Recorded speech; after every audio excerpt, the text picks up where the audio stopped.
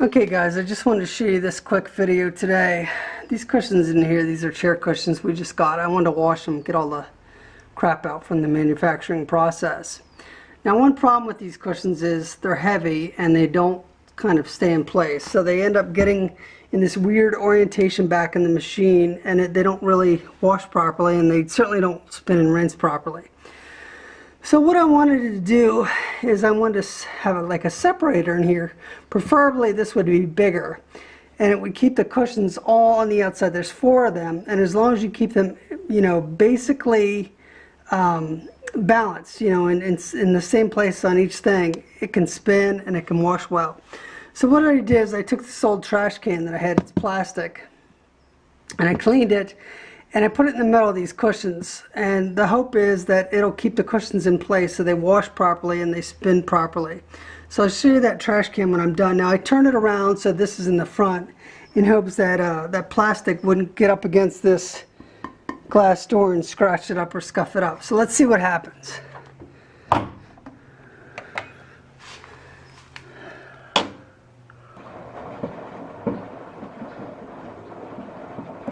Well, it kind of keeps them. If I had a little bit bigger wastebasket, I think that would work a little better. My idea, of course, like I said, is to try and keep these cushions to the outsides of the circle there and keep them in place so they would both, the whole cushion would get in the water. And then when I go to spin it, when I go to spin this, I might manually readjust the whole thing, and so I can get it to spin really well. Okay, so it's about to go into the spin cycle here. So let's see what happens. Like I said, I'd rather have a bigger can here. I have a 5-gallon bucket, but the bottom's rough, so I don't want it scuffing up this this glass door. So let's see what happens.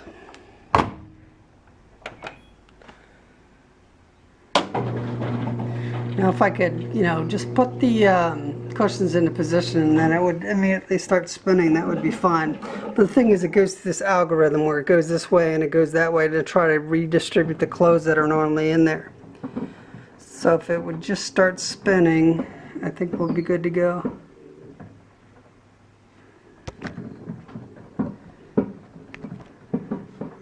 And again, the trash can is just to try and keep those cushions distributed. Now the manufacturer says to wring them dry, and I don't think that's because it'll hurt the cushions to spin dry them. I think the real reason is because they don't want it damaging the machine.